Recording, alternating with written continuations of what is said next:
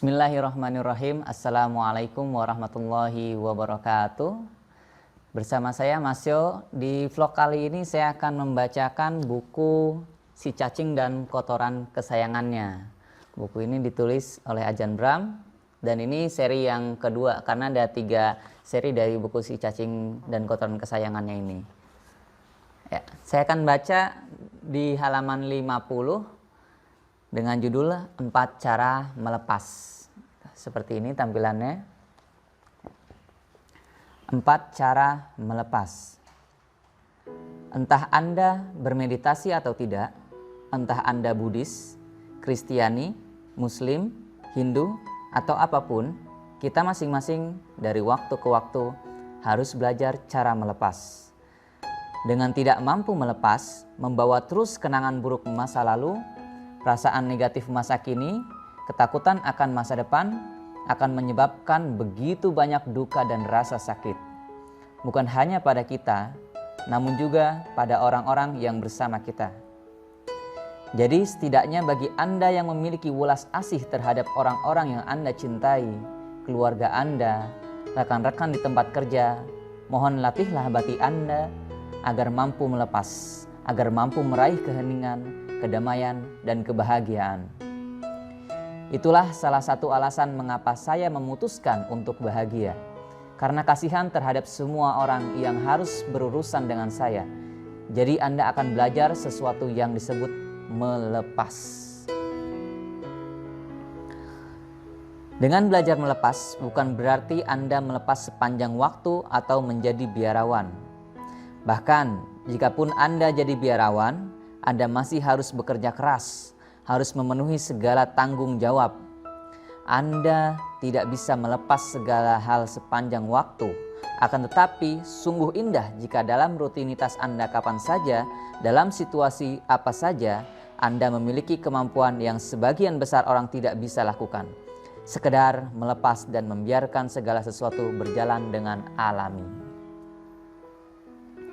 Saya selalu heran, mengapa orang lain melukai Anda? Mereka mencurangi Anda, mengecewakan Anda, mengatakan hal-hal buruk mengenai Anda sepanjang waktu. Mengapa Anda tidak bisa membiarkannya berlalu? Jika Anda tidak bisa melepasnya, orang itu terus melukai Anda, terus mencelakai Anda. Ini adalah hal yang aneh, sebab mereka melukai Anda, tetapi Anda melekat terhadap hal itu. Sehingga mereka melukai Anda lagi dan lagi. Setiap kali Anda memikirkannya, mereka melukai Anda sekali lagi. Jika Anda melihatnya dengan cara itu, Anda bisa melihat bahwa hal yang paling tidak logis, tidak rasional yang bisa Anda perbuat adalah marah terhadap orang yang melukai Anda. Sebab saat mereka melukai Anda, lalu Anda marah, maka mereka melukai Anda 2 kali. Anda melepasnya dan mereka hanya melukai Anda 1 kali, kemudian Anda melepasnya. Selesai. Tidak hanya itu, kadang kita memiliki segala ketakutan mengenai masa depan. Masalahnya, kita tahu bahwa melepas itu masuk akal, tapi kita tidak mampu melakukannya. Berikut ini adalah 4 cara melepas.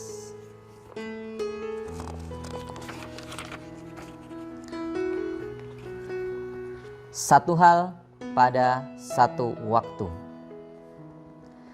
Cara pertama melepas bisa diilustrasikan dari pengalaman saya bersama guru saya, Ajahn Chah, sedang dalam perjalanan pulang sehabis menerima derma makanan. Guru-guru hebat seperti beliau ini selalu menemukan berbagai cara untuk mengajar, dan mereka tidak mengajar dengan banyak kata dan konsep. Mereka memberikan ajaran yang sederhana dan membumi yang begitu kita dengar, kita pasti berpikir, wow, ini ajaran yang bagus sekali. Dan kita akan berusaha mengingatnya karena ajaran itu banyak mengubah hidup kita. Dalam kejadian ini, Ajahn Chah memungut sebuah ranting di pinggir jalan. Ia berbalik dan berkata, "Brahma Vamso, apa ini berat?" Sebelum saya bisa menjawabnya, ia sudah melempar ranting itu ke semak-semak. Lalu berkata, "Lihat kan, itu hanya berat jika kita melekat padanya." Ya, itu hanya berat ketika kita memegangnya. Namun begitu kita melepasnya, tidaklah berat lagi.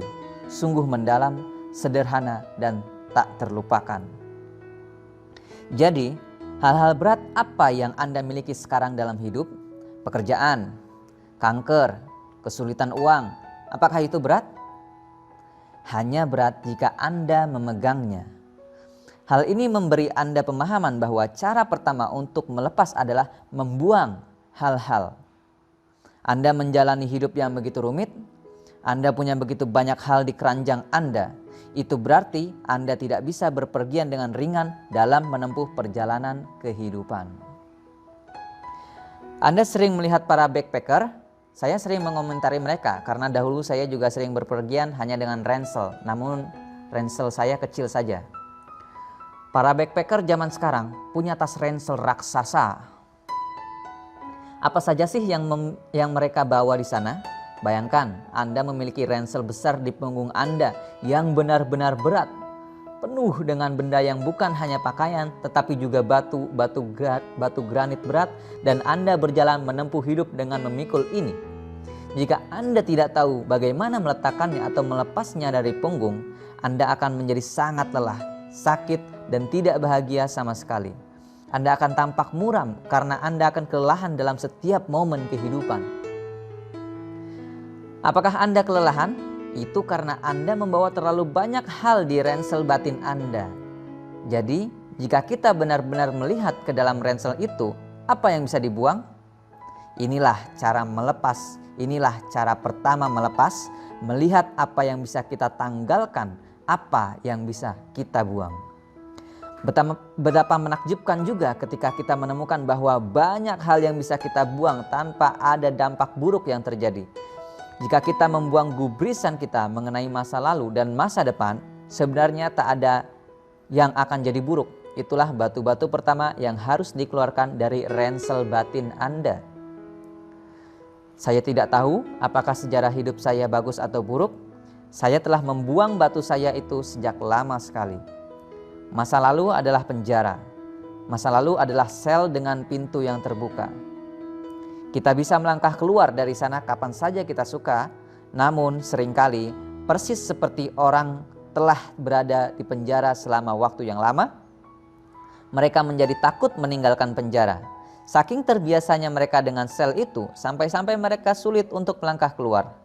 Namun begitu mereka punya nyali untuk melepas masa lalu, seperti tahanan yang melangkah keluar dari penjara untuk pertama kalinya, mereka bebas dan bisa berkata, aku begitu nyaman dan bahagia.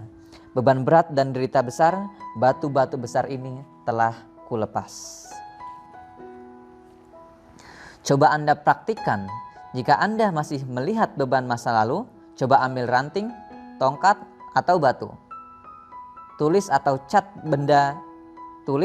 cat benda-benda itu dengan tulisan masa laluku. Kemudian buang dan biarkanlah berlalu. Jadi cara pertama melepas adalah dengan cara seseorang meyakinkan Anda bahwa itu bisa dilakukan dan itu baik untuk dilakukan. Banyak kali kita berpikir bahwa kita seharusnya tidak melakukannya.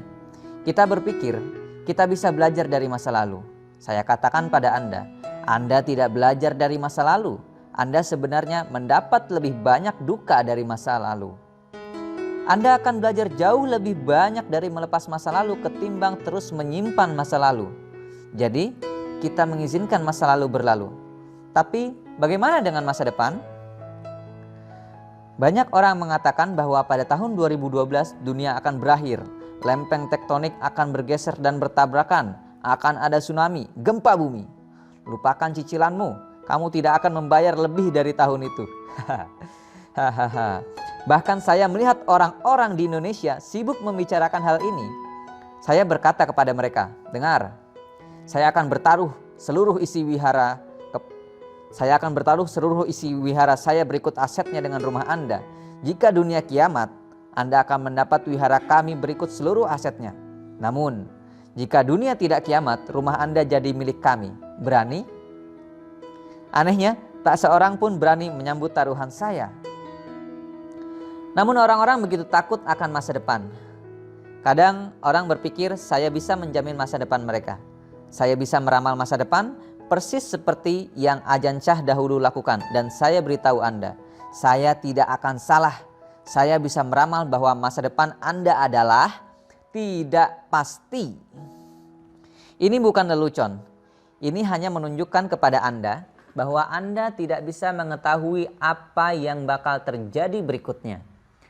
Kapanpun dalam hidup Anda tidak bisa mengetahui apa yang akan terjadi. Coba lihat hidup Anda selama ini. Hidup Anda telah demikian mengejutkannya. Ini berlaku bagi setiap orang dari kita. Inilah ketidakpastian dalam hidup.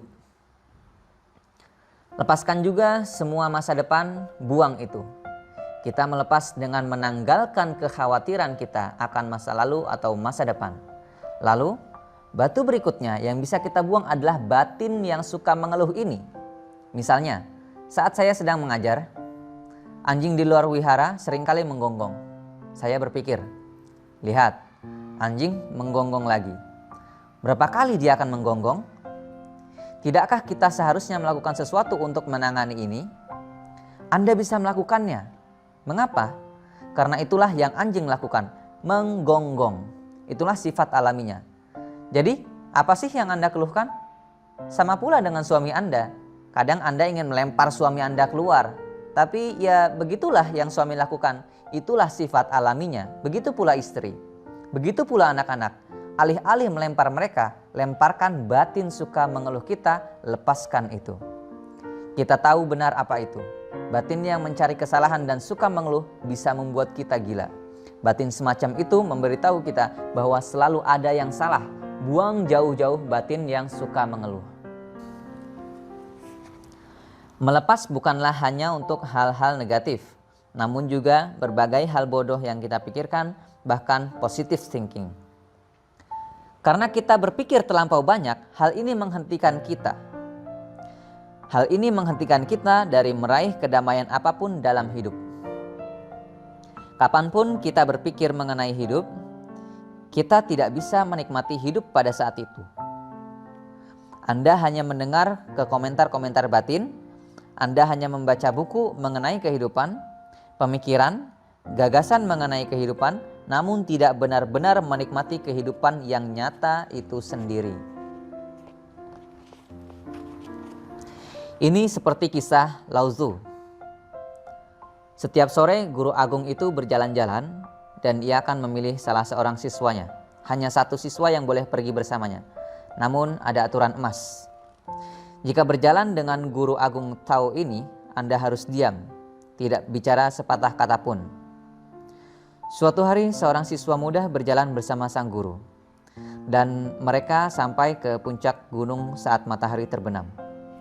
Matahari terbenam yang luar biasa indah. Sampai pemuda ini tidak tahan menggumam. Wow, indahnya matahari terbenam. Ia telah melanggar aturan. Lao Tzu berbalik, kembali ke biara, dan tidak pernah mengizinkan siswa itu berjalan-jalan bersamanya lagi. Sahabat pemuda itu memohon pengampunan untuknya. Dia kan cuma mengucapkan satu kalimat, ampunilah guru, menjaga kesunyian masa sampai segitunya. Saat itulah guru besar itu mengatakan sesuatu yang mendalam. Ketika pemuda itu mengatakan betapa indahnya matahari terbenam, dia tidak melihat matahari terbenam lagi. Ia hanya memerhatikan kata-kata dalam batinnya.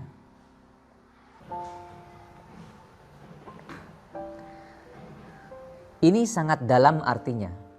Ketika kita berpikir mengenai matahari terbenam yang indah, kita tidak menyaksikan matahari terbenam lagi. Kita hanya memerhatikan kata-kata. Dan itulah kehidupan kita, hanya kata-kata. Hampir semua dari kita hanya memerhatikan kata-kata. Kita tercerai dari kehidupan nyata. Kita tidak melihat, tidak mendengar, tidak merasakan. Kita hidup hanya dalam apa yang kita pikir kita dengar, dalam apa yang kita pikir kita lihat, dalam apa yang kita pikir kita tahu. Adalah hal yang luar biasa untuk bisa melepas dari pemikiran itu, hingga kita akhirnya bisa mendapatkan kedamaian. Kita tidak perlu harus melakukan ini sepanjang waktu, cukup sesekali saja. Cobalah lepaskan pemikiran-pemikiran itu, Anda akan bisa menjalani hidup ini dengan lebih ringan. Anda benar-benar akhirnya bisa meraih kedamaian, keheningan, dan kebahagiaan. Cara melepas lainnya dilukiskan dalam kisah berikut mengenai rak perapian ibu saya. Ia seorang perempuan Inggris tua. Seperti banyak orang Inggris, ia memiliki perapian di rumahnya dan di atas perapian terdapat rak perapian. Di rak itu orang biasanya menaruh pernak-pernik, kenangan-kenangan, foto-foto, dan segala sesuatu yang bisa mengingatkan kembali akan kenangan bahagia. Suatu hari, setelah saya tinggal di Australia selama beberapa tahun, saya berkesempatan mengunjungi ibu saya. Saya membawakannya oleh-oleh. Seseorang membelikan saya boneka kanguru kecil yang empuk dan lucu. Saya membawanya pulang ke Inggris dan memberikannya kepada ibu. Ibu benar-benar menyukainya hingga ia meletakkannya di rak perapian. Kali berikutnya saya mengunjungi ibu saya, seseorang memberi saya boneka koala. Ibu berkata, "Ini cantik sekali. Setiap kali aku melihat koala ini, aku bisa mengingatmu di Australia." Jadi, ia menaruh boneka koala itu di rak perapiannya di samping boneka kanguru. Kali berikutnya saya membawa boneka kokabura, kemudian boneka platypus. Lalu pada kunjungan kelima saya membawa boneka wombat. Masalahnya, boneka wombat itu terlalu besar. Tiap kali ibu hendak menaruhnya di rak, boneka-boneka lainnya jatuh. Ia menghabiskan sekitar 1 jam untuk menyeimbangkan semua bonekanya di rak, namun malah semuanya jatuh. Saya berkata, "Mengapa ibu tidak membuang yang lainnya saja?" "Aduh, jangan, ini semua bagus. Ini mengingatkanku padamu. Ada begitu banyak sampah di rak itu." Jadi saya berkata, "Bu, rak ini seperti orang yang kena gangguan saraf. Rak perapian ibu nyaris putus saraf." Dan itulah yang terjadi. Orang-orang memiliki begitu banyak pemikiran dan benda. Jadi jika itu adalah rak batin saya, jika saya mendapat kanguru, saya akan menaruhnya di atas rak. Yang lainnya akan saya singkirkan.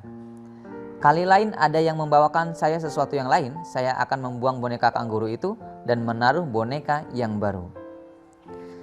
Satu hal pada satu waktu dalam benak kita, maka rak batin kita tidak akan pernah mengalami gangguan saraf. Itulah yang selalu saya lakukan. Saya punya begitu banyak tugas yang harus saya lakukan. Saya harus mengajar keliling ke Indonesia, kemana-mana di sana. Saya juga pengelola, pembina, penasihat banyak lembaga, dan masih banyak lagi. Saya mengemban semua tugas ini, tapi saya melakukannya satu hal pada satu waktu. Ketika saya mengajar di wihara ini, saya hanya menaruh umat di sini dalam rak batin saya. Dan hanya itu saja. Begitu saya pergi, saya membuangnya. Dan saat retret saya hanyalah guru di pusat retret saya. Begitu cara supaya kita waras, damai, dan bahagia. Buanglah hal-hal dari batin dan hanya taruh satu hal saja. Momen kini, apa yang terjadi saat ini juga. Sebagai rangkuman, cara melepas yang pertama adalah 1. Melepas gubrisan mengenai masa lalu dan masa depan. 2. Melepas pikiran yang suka mencari kesalahan dan mengeluh. 3. Tidak banyak menyimpan pikiran, baik yang negatif, yang positif, maupun yang bodoh. Menaruh hanya satu hal pada satu waktu. Ya, kita akan lanjut ke halaman 59 mengenai jadi masih ada 3 cara melepas lagi. 3 cara melepas berikutnya akan saya bacakan pada video selanjutnya karena ini sudah terlalu panjang.